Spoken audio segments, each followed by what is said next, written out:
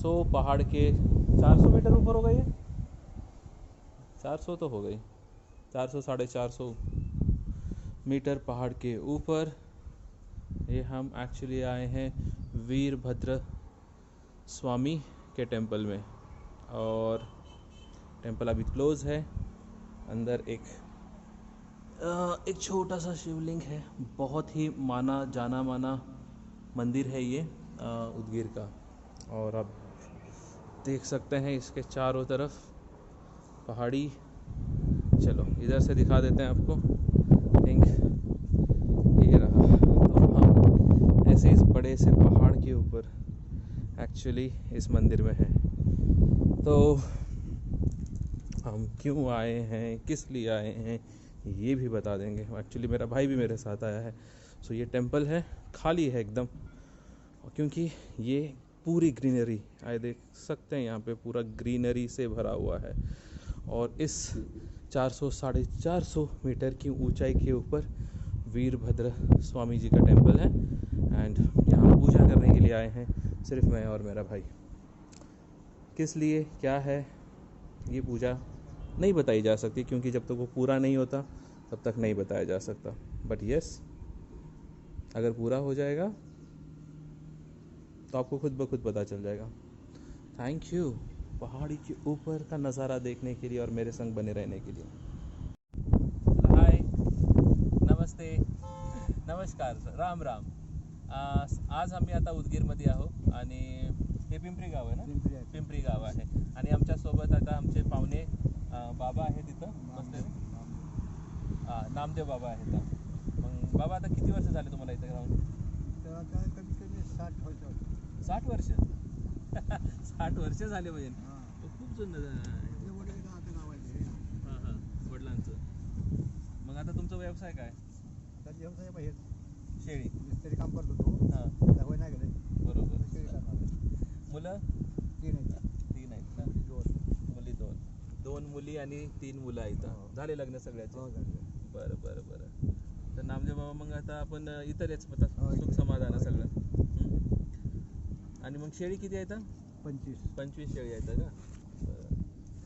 तर मग आता ह्याच्याच इथं 60 वर्ष झाले या पिंपरी गावामध्ये। कसं होतं पहिले हे गाव? किती होतं लोक? काही नव्हतं बाई, रोड दोन इकडेच होतं। हां मातीचंच होतं ना हे सगळं रोड?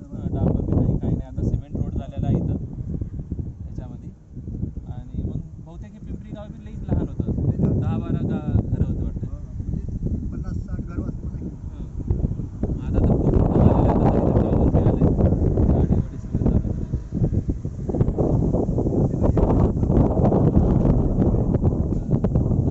आता तर सगळे सिमेंटचे घरं झाले, जिओ टावर आलेला आहे इथं। आणि मग त्याच्यानंतर आता जिओ मार्ट बी चालू झालेला आहे। इथूनच आता शेतीचं सगळं सामान त्यांनीच घेऊन जातात। बरोबर। आणि मग आमच्या पाठीमागं आता एक मंदिर आहे, देवस्थान आहे वीरभद्र स्वामीचं। खूप मानलेलं हे आहे, मंदिर आहे। तर किती वर्ष झाले बाबा ह्या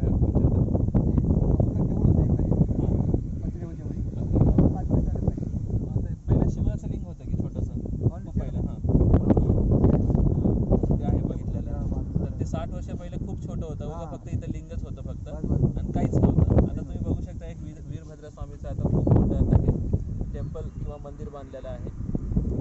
आणि खूपच छान आहे। बघा तुम्ही आजूबाजूला खूप मस्त आहे इथं। संध्याकाळी तुम्ही यावं किंवा सकाळी। आणि बहुतेक शिवरात्रीला तर खूपच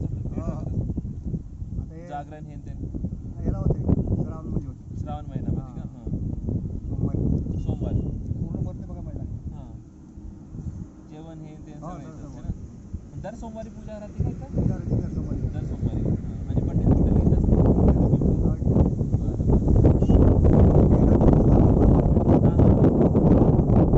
इथून एक आई बाई बी येते आमच्या इथं दूध द्यायला। इथंच आहे तिथं सगळ्यात पहिलं त्या घराच्या बाजूला।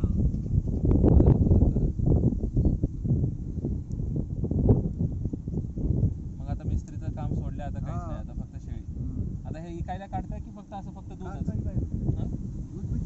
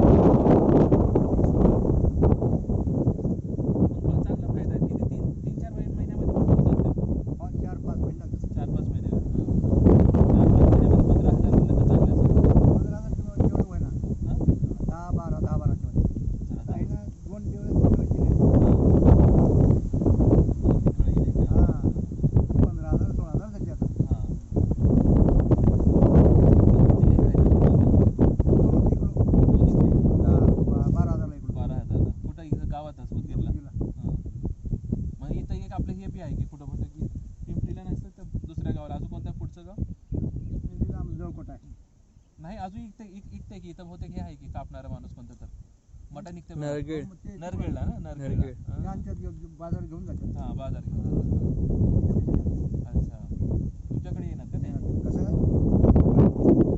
करून घेतात, हां खरेदी करून घेतात. ठीक आहे 8 दिवस त्यांनी तेच करायचं.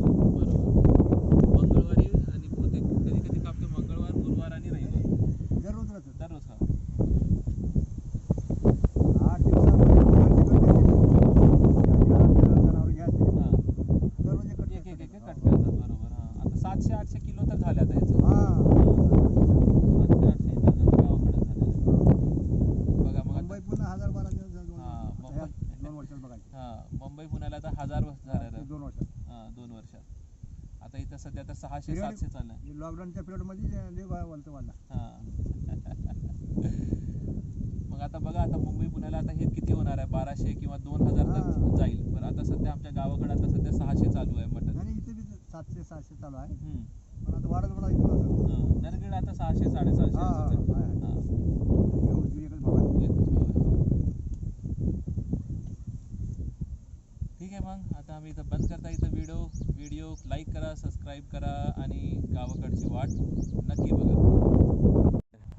ओके सो अब हम उस मंदिर से उतर के पहाड़ों के एकदम बीच में आ गए हैं वैली में तो यहाँ पे मेरा भाई है और हम एक खेत में हैं I hope you know this ये क्या है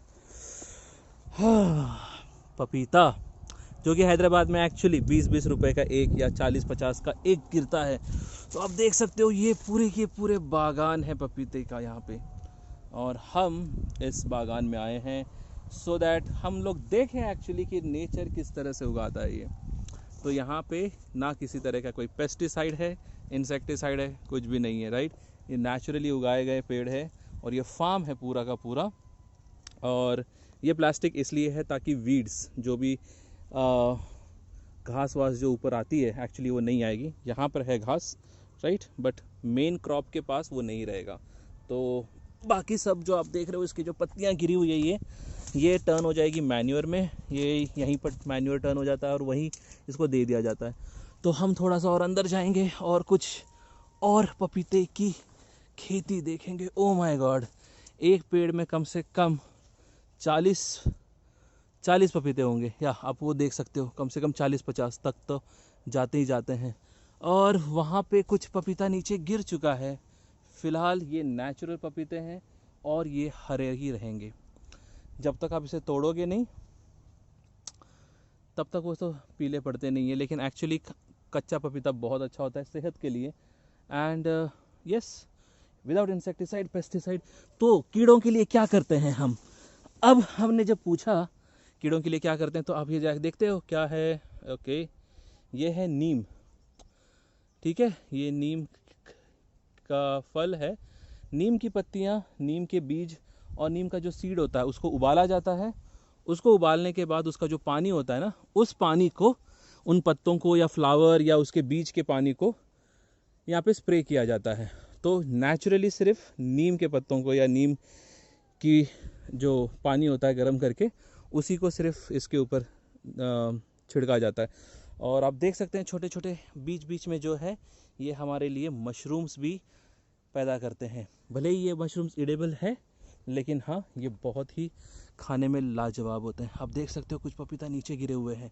ये नेचुरल पपीता है जो कि आपको मार्केट में जो मिल रहे हैं पीले वाले वो सारे के सारे मेथिलीन नाम का एक केमिकल है जिससे उसको पकाया जाता है और कॉपर ऑक्साइड यस एक कॉपर ऑक्साइड ऐसा केमिकल है जो पपीते को एक दिन में आपको पीला कर देगा जैसे ही आप घर पे लेकर आओगे और वो कॉपर ऑक्साइड आपके पास नहीं होगा तो वो पपीता धीरे धीरे आपके ही घर पे पीला और सड़ना शुरू हो जाएगा तो इस तरीके से पपीते की यहाँ पे खेती होती है विदाउट इंसेक्टिसाइड पेस्टिसाइड्स कुछ नहीं सब नेचुरल आप देख सकते हो ये एक्चुअली मैंने जो होल्ड किया है ये है गोबर ओके दिस इज़ एक्चुअली अ काऊ डंग और मैं इस काऊ डंग को होल्ड कर रहा हूँ यस आप ये देखो ये है काऊ डंग ठीक है ये काऊ डंग सिर्फ एज अ मैन्योर यूज़ नहीं करते बल्कि इस काऊ डंग में एक्चुअली मशरूम्स भी उगाए जाते हैं and this all mushrooms are edible okay so ये हम इसको दबा देते हैं यहाँ पे ये पपीता है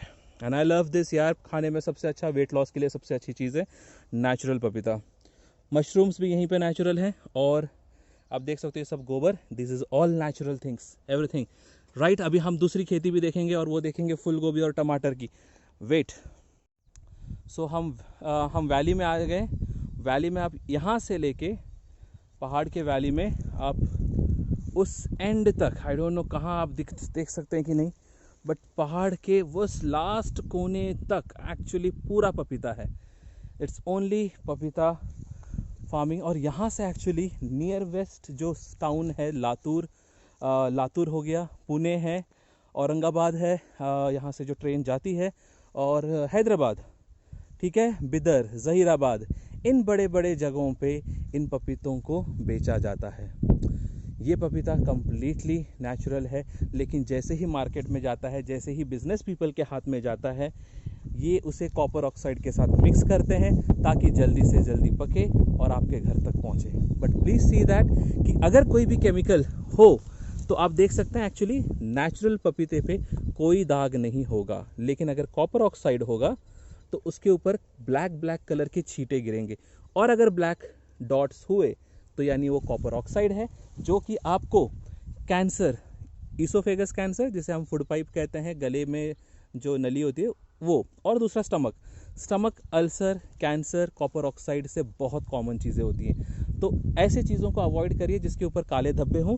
अगर आपने पपीता पे नहीं देखे हैं तो आपने यस केले के ऊपर ज़रूर देखे होंगे, एंड दैट इज़ बनाना के ऊपर काले डॉट्स, यानी वो कॉपर ऑक्साइड से मिक्स हुए हैं। और वो कॉपर ऑक्साइड ऊपर ही नहीं बल्कि उसके स्किन के अंदर, दैट इज़ बनाना फ्रूट के अंदर भी जाएंगे। तो ये हमारा कंप्लीट फील्ड है, और यही खासियत होती है कि जब आप गांव में होते हो तो सब कुछ नेचुरली आपका बनाया हुआ, उगाया हुआ खाने में अलग ही मज़ा आता है। ये वैसे भी कच्चा पपीता हम लोग बनाएंगे, सब्जी करेंगे, and let's see some other foods also. So अब ये है चिड़िया। ओके, तो अब दूसरे जो खेत हैं यहाँ पे, अगेन ये याद रखिए चारों तरफ से एक्चुअली पहाड़ है। सो स्लो मोशन, पहाड़, चिड़िया, मोर भी हैं। वहाँ पे आपको सोलार पैनल दिख सकते हैं जो कि वर्किंग कंडीशंस में हैं।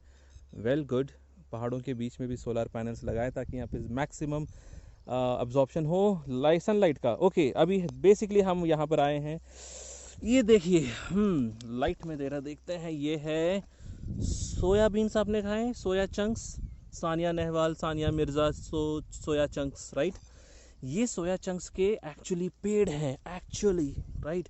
इसको और 2-3 महीने लगेंगे कम से कम पूरा सोया चंक्स आने के लिए, सोया आने के लिए एक्चुअली। सो ये पूरी खेती जो है ये 20 एकड़ की खेती है। यहाँ पे 20 एकड़ में आपको वहाँ पे पपीता दिखेगा।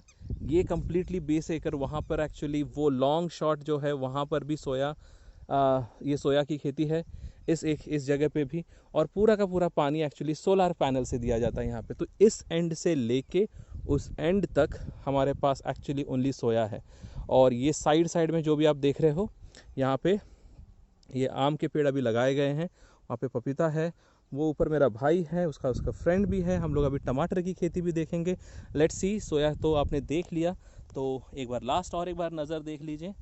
ये होता है सोया का पेड़, राइट। तो इस तरह के सोया के पेड़ होते हैं, इतने छोटे हैं फिलहाल अभी ये, और 3 महीने में आपको अच्छी खासी इसकी जो मेहनत है वो आपके घर तक दिखाई देगी।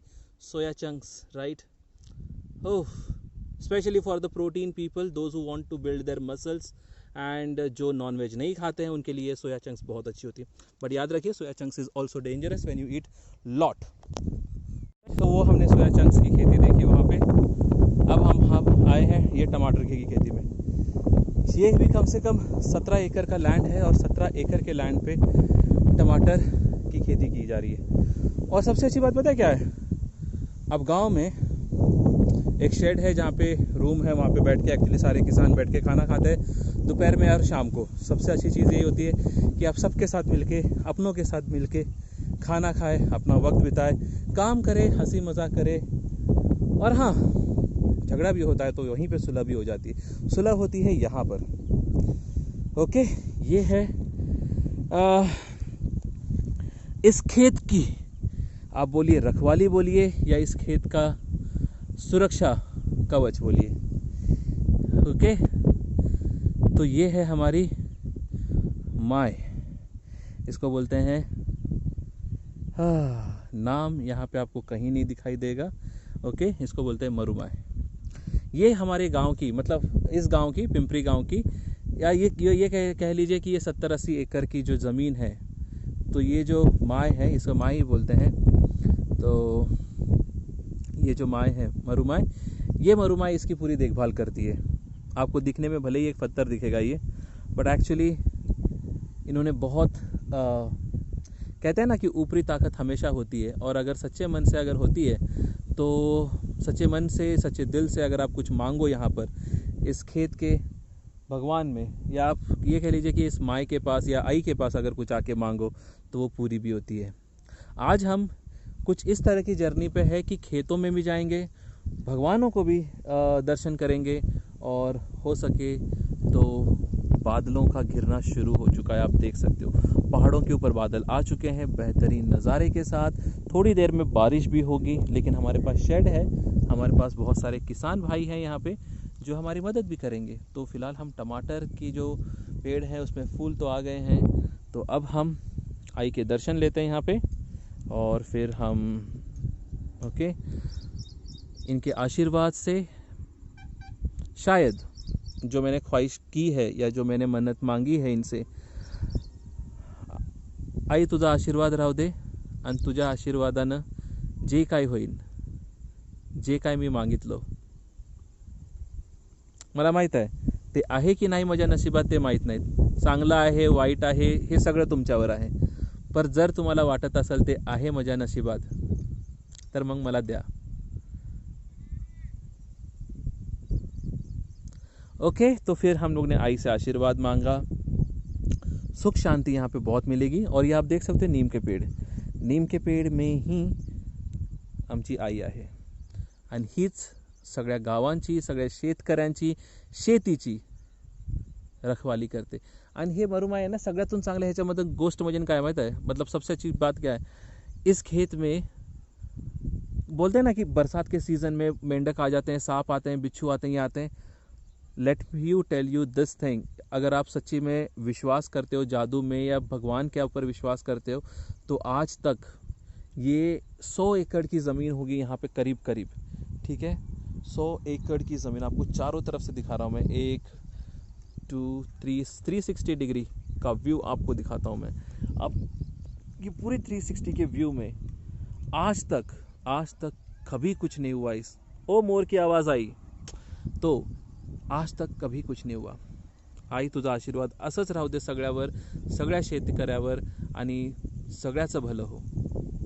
तो अब हम आई से यहाँ पे अलविदा लेते हैं और अपने दूसरे जर्नी की तरफ मुड़ते हैं, वहाँ पे टमाटर की खेती के साथ। मग आपण आईला इथं म्हणता, आई साक्षांग दंडवत, जे होणार ते चांगलं होणार माझ्यासोबत, हेच आशीर्वाद राहू दे तुझा। ओके, सो अब हम आ गए यहाँ पे टमाटर की खेती में। आप देख सकते हैं अभी वहाँ पे जितने किसान हैं वो सब लकड़ियाँ लगा रहे हैं, ताकि अभी हम ये रस्सी लगा दें और ये बेहतरीन टमाटर। Please once again see that जितने भी वीड्स हैं हम इसको ज़मीन में डाल देंगे, और यही एक्चुअली खाद बनेगा और यही एक्चुअली न्यूट्रिएंट भी देगा। तो ये पूरी टमाटर की खेती है, यहाँ से फुल टमाटर, यहाँ टमाटर पूरा। देख सकते हो ये टमाटर की खेती अभी फ़िलहाल ग्रीन है और ग्रीन ही रहेंगे अभी। इनको और 15 दिन लगेंगे। 15 दिन के बाद आप इसको तोड़ सकते हैं और फिर मार्केट में रेडी। टमाटर के बाजू में ही ये जितना भी आप देख रहे हो टमाटर की खेती है, लास्ट एंड तक वो पपई के एंड तक होगा, ठीक है।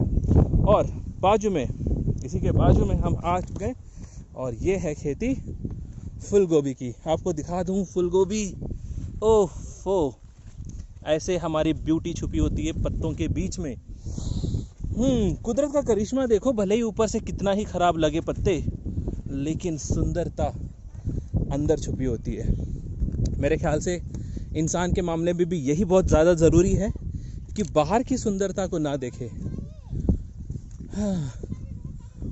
बाहर की सुंदरता को ना देखा जाए, और कुदरत ने जो अंदर जो दिया है उसकी इच्छा शक्ति उसकी मेहनत, उसकी इच्छा, उसके अंदर के ख्वाहिशें, उसके अंदर के विचार, मेरे ख्याल से इंसान के अंदर भी यही ज़्यादा ज़रूरी है कि उसकी अंदर की महत्वाकांक्षा को देखे, उसके अंदर के पोटेंशियल को देखे, उसके अंदर के विचारों को, उसके अंदर के बातों को सुना जाए। सिर्फ बाहरी सुंदरता देख के किसी भी इंसान की परख करना या जजमेंटल होना बहुत ही बेकार है। सो देख सकते हो आप, ये है फूल गोभी। सो यही कहते हैं हम भी कि भाई बाहर की सुंदरता को छोड़ो और अंदर के इंसान के अंदर की इंसानियत को देखो।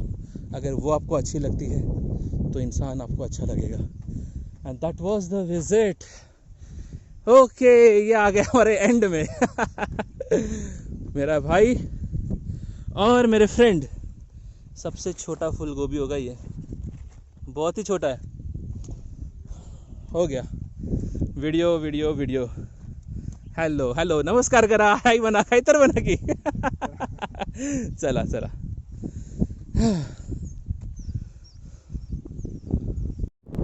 झूम झूम झूम तारा, वो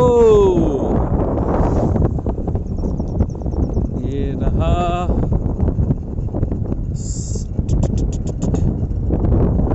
जिंदगी मिलेगी तो बनाए रखा, कौन सा गाना है?